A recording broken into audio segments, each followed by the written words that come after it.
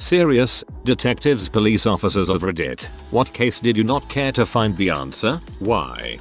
I had been alerted to a well-known local philanthropist, turned up dead. These were the days where physician-assisted euthanasia was illegal in most of the developed world. This man, I had known him quite well, and he had been suffering from a very serious terminal illness that was going to kill him before his 40th birthday, shattering his family, especially his 2 young children. He was always donating to local charities. He gave a struggling single mother $25,000 at Christmas one year so she could pay off her debts, repair her car, buy food and presents for her children. An autopsy had determined that he had been murdered. Intentional overdose of morphine. The Health Authority and Department of Justice wanted us to investigate and bring the person who essentially murders him to justice. We chalked it up that there was no way we could ever determine who it was that killed him. Years later, his wife sent our department a letter saying she gave her husband the lethal dose to put him out of his misery. I wish I had never known. Sadly, in so many cases, the shooting victim won't tell you at what location he was shot, let alone the circumstances surrounding the shooting. The first part of the investigation often involves disproving the victim's account. Guy says he was shot on 5th Street and walked to the hospital, but you have reports of sounds of gunshots on 15th Street and have video of him being dropped off in an Impala. Many times it's a case of retribution or neighborhood beefs, where an accurate narrative by the victim would require the backstory that he shot the suspect's friend the week before. It's disheartening when the main initial thrust of the shooting investigation is to figure out where it happened and why, and then the victim goes AWOL and provided a bad address and phone number. So then you need to hunt him down to convince him to tell you what really happened. This all takes hours and hours away from investigating lesser crimes where the victims are honest and forthcoming. You should see how many people enter my wife's CR, bad area of Detroit, under the name John Doe to try to stay anonymous. The staff literally have to be knowledgeable about the different area gangs' colors to put them into different areas of the hospital. There have been gang shootings in the hospital and somebody even brought in a couple live grenades once. A lady wanted us to come out and investigate because she believes while she was out, 2 people broke into her home and crap in her toilet. Just one of them though, the other was acting as a lookout. Didn't really delve into that one. Child pee is the worst in general. It's one of those things where you want the bad guy to go away, but you really don't care to find the evidence. If you mean in a serious manner of I just don't care if this gets solved, that thought doesn't happen much at all to me. I mean, that is why I got into the profession after all. To solve stuff and generally make people feel secure in their lives. Now, when people want to really report silly things as crimes, such as your house getting toilet papered, then yes, I don't care. Now, if you mean cases which definitely need to be solved and yet you don't want to know the real truth in the back of your mind just because you feel you may be disturbed, well, there are plenty of those, I suppose. The one I was most closely involved with being a 30-ish-year-old man who murdered a 14-year-old girl whom he had slept with, statutory rape, so that she would not testify against him in their upcoming trial. Such things happen, I guess, but the knowledge of how the actual murder went down was somewhat disturbing. Also, I did the perp walk of actually handcuffing him and taking him down to the jail. At the time we were arresting him for a small outstanding warrant and didn't technically know he murdered her, but examining his demeanor, looking at a large suspicious bruise on his arm, making small talk with him so he felt comfortable and didn't stop talking to us, etc. That still strikes me as a bit surreal looking back. I've had other things which, in hindsight, I question if what I did was the best thing based on the results. For instance, searching for a suicidal man, which ultimately led to him being in a standoff with a SWAT team, pulling a gun on them, and being killed. Maybe if we had just dropped it since he was no longer in our city, he would have shaken it off and come home. Or maybe he would have gone inside the business he was sitting at and started shooting people to do a suicide by cop. Never know. Large city police officer here. Every day there are jobs we get that we don't really care about. Most people would be surprised if we said we found stolen cars and returned them to the owner without much investigation afterwards. Most retail thefts in the city are reported and receive no further investigation. If all the store has is a short video of a dude wearing a hoodie walking out a store with $40 bucks worth of merchandise, there's not going to be much investigating. A retail theft will never be a big city priority. Vandalism. Unless there is a video of it, we personally witness it, or we get a confession we can't arrest. We just take the report and refer them elsewhere. The only reason my stepdad's car was found 12 years after it was stolen was because someone had died in the backseat and the car was still registered in his name. Had a guy report he had been kidnapped and drugged against his will. He had managed to escape and had run across town to evade his captors. I was able to rendezvous with him and bring him back to the station. He told me this grand story about being taken across the county and by people he thought were his family no less. When I asked him their names and where he had been held, he got all sheepish and said he didn't want to make enemies and just wanted to go home. I started driving him towards his home and dropped him off at a gas station just outside my jurisdiction. Sorry, neighboring detachment. He's your problem now. This happened to a neighboring department, but they had a guy whose truck was stolen with his 2-year-old nephew inside. Amber alert put out. Officers called in. 5-6 departments around the area searching with helicopters etc. Turns out the child was with the mother sleeping. The guy's truck was stolen and he lied about his nephew being in it, thinking we would look harder to get his truck back. Not verified as Leo, but I'm sharing. Had an 18-month-old murdered by his mom's boyfriend. Don't know if it was intentional or accidental. Mom finds the kid after she gets off work. He's staged in his crib all tucked in but had been dead for several hours. Suspect had cut his wrists, written an apology in his blood on the bathroom wall, "I'm sorry Tammy." The suspect had laid down in bed to wait to bleed out both wrists. We could tell because of the blood pooling on the bed. It took too long, so the suspect got up and left the house. I didn't care to find him to save him from his suicide attempt. I guess the crime was solved. We knew who had done it. I would have had to try to save the guy so he could go to court, but his death was easier and seemed more just. It's part of the job though, so we were going to look. Dongs put out a bolo on his car. We got a hit immediately. The suspect had driven into a neighboring county out in the county. He drove into a concrete barrier. They estimated he was going about 80 miles per hour. He wasn't belted in and was ejected through the windshield. The vehicle rolled and landed on him. The coroner couldn't tell which impact killed him. This was some years ago. The guys on the case all got Grand Cordon awards. I wear the ribbon on my class A's. We didn't do anything though really. It's just a reminder of how fricked up it gets. I still remember the kid's full name, his mother's name. I remember my sergeant saying, "The victim hasn't been down long, he's got a full belly," while I hooked up an ED and my partner did CPR. I remember thinking he's not full, his stomach is distended, he's been down too long, while we tried to save a dead child. That is the time I didn't want to find a suspect. Dang dude, you need a hug. Ex-cop, NSW, Australia. 7 years. I really never wanted to find the answer to 2 particular murders in my area. 2 known sexual offenders were killed in the space of 8 weeks. One was a rock spider, pedophile. The other used to drug women. The 2 issues were unrelated. Only one of the alleged offenders was caught, also a scumbag 1%. He was released after a week due to lack of evidence. I know it's bad to wish death on people, but these 2 blokes were just rancid. As a cop it was my job to find the offenders, but as a human I had no interest in solving the issue at all. Luckily I was never in charge of the investigations. I was a corrections officer and we worked with the police on an almost daily basis. We'd get to chatting and I found, in my experience, cops hated car chases, they hated domestic disputes, but most of all, they hated suicides. I don't think I know a cop who doesn't have a suicide story where they can actually tell the whole thing.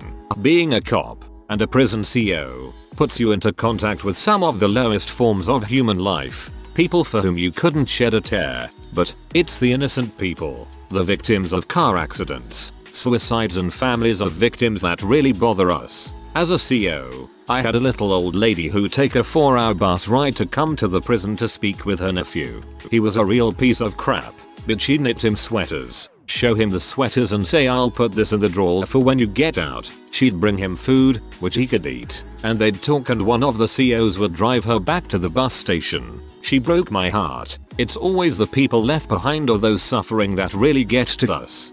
I worked with a guy who was a former CO. He told me about one of the inmates who was raped and assaulted by his parents. He was in prison for killing them, and based on his story, I don't think he was wrong. They freaking put razor blades in his butthole. The case of why I got fired. A co-worker of mine had done something wrong. Nothing horrible, but a mere stupid mistake. I was there at the time, but I did not care. I told him to pay better attention next time and be done with it, but my superiors did not agree. They wanted him gone, so they ordered me to make the facts worse than they actually were. I was supposed to lie for them. I refused on the spot, and they told me that could harm my career. I said I did not care, and that officers from the Royal Army should not behave in such a way. Before I knew it, they found someone else that lied about what he did, and about what I did. As we had no way of disproving what they told people we did, we both got fired without honors. It was done publicly, stripped of rank and honors. We both laughed and walked away, said this is not the kind of people we wanted to work for in the first place, and that they could go and frick themselves. We were both military police officers. I got a new job shortly after that and made almost twice the money I did there. Best decision of my life, and I have no regrets for not putting in a false statement. So I decided not to press charges, because we had no way of proving we did not do the things they claimed we did. You definitely made the right choice. If you lied, your superiors would most likely look at you as a bagman willing to do dirty work. Eventually they'd have you doing something that could land you in jail. Source: saw it happen at my work. Some co-workers are currently serve 6 years in a federal correctional facility.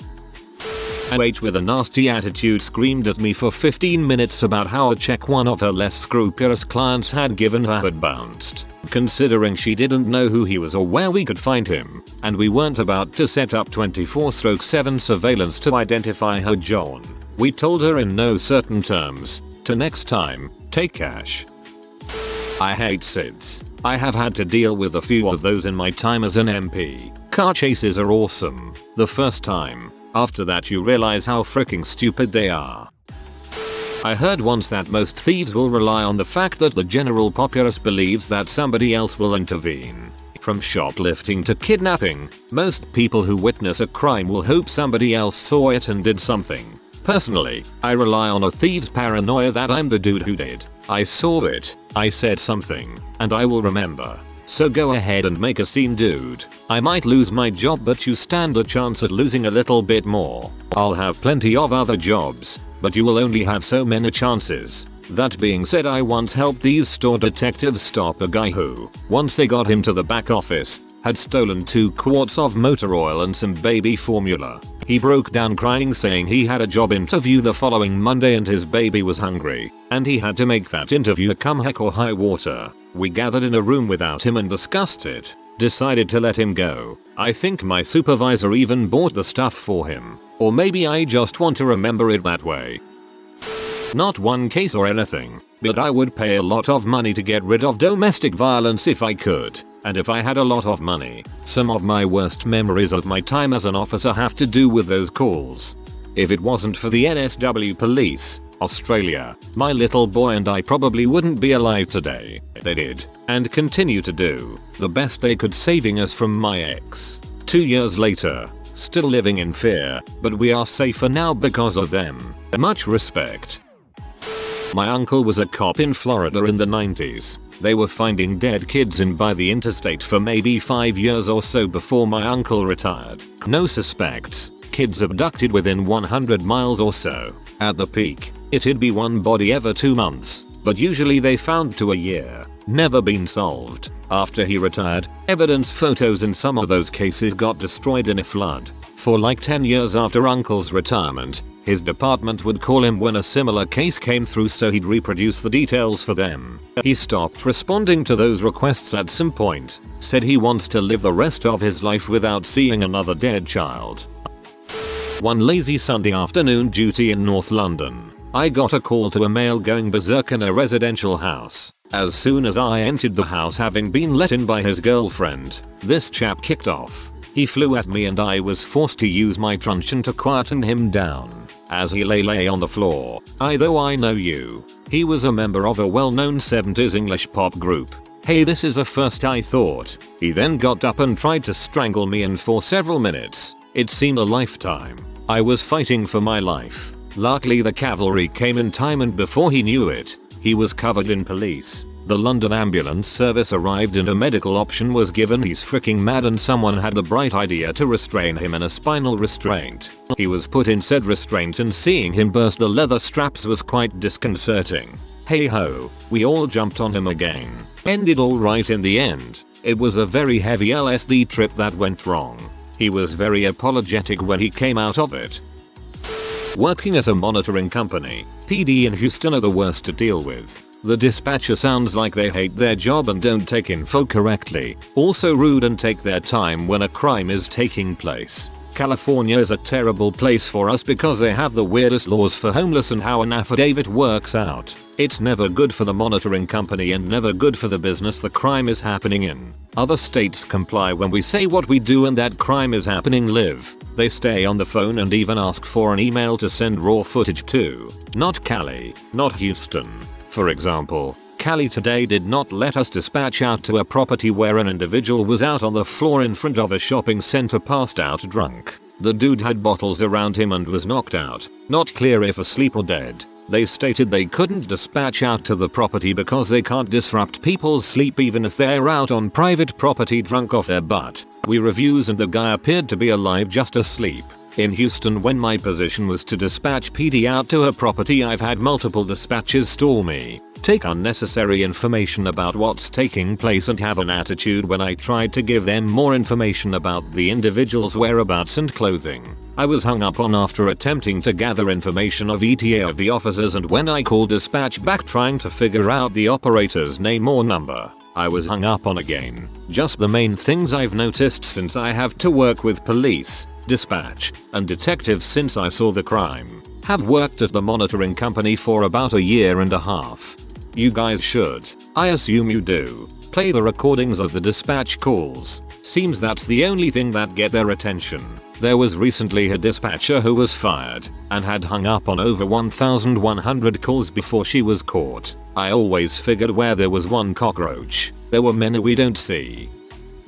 I'm not a cop, but I do investigate and enforce against environmental violations. 99% of the time I deal with companies who have environmental staff or attorneys that can address issues and work with us to resolve them. They have deep pockets, and they know they screwed up. Every once in a while though, I get something a little different. A few months back, I got a call from one of our actual cops who had gotten a complaint. Turns out a couple of Amish guys had decided to open a sawmill. They got a hold of an old steel tank, had someone weld a chimney on it and torch a hole for a door. They used it to burn all of their wood scraps, branches, bark, waste pieces, etc. Unfortunately, the property they were doing it on was across the street from some jerk who complained, so I had to investigate. I dragged my feet for a while because I knew that once I found a violation, operating an unpermitted emission source, I would have to act on it, but I can't sit on things forever, so I had to go out there.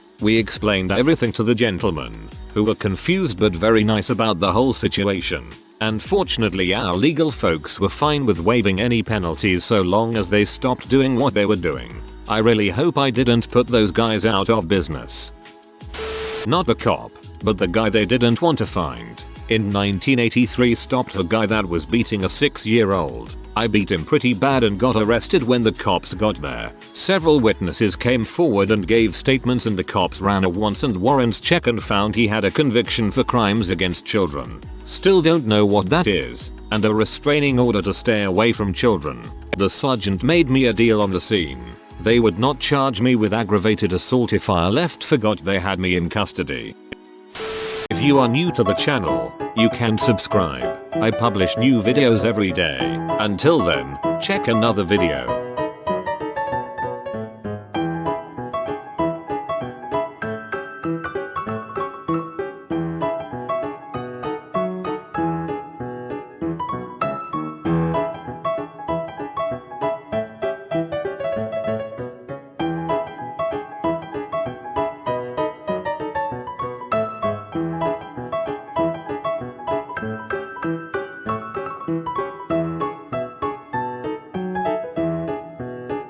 Bye for now.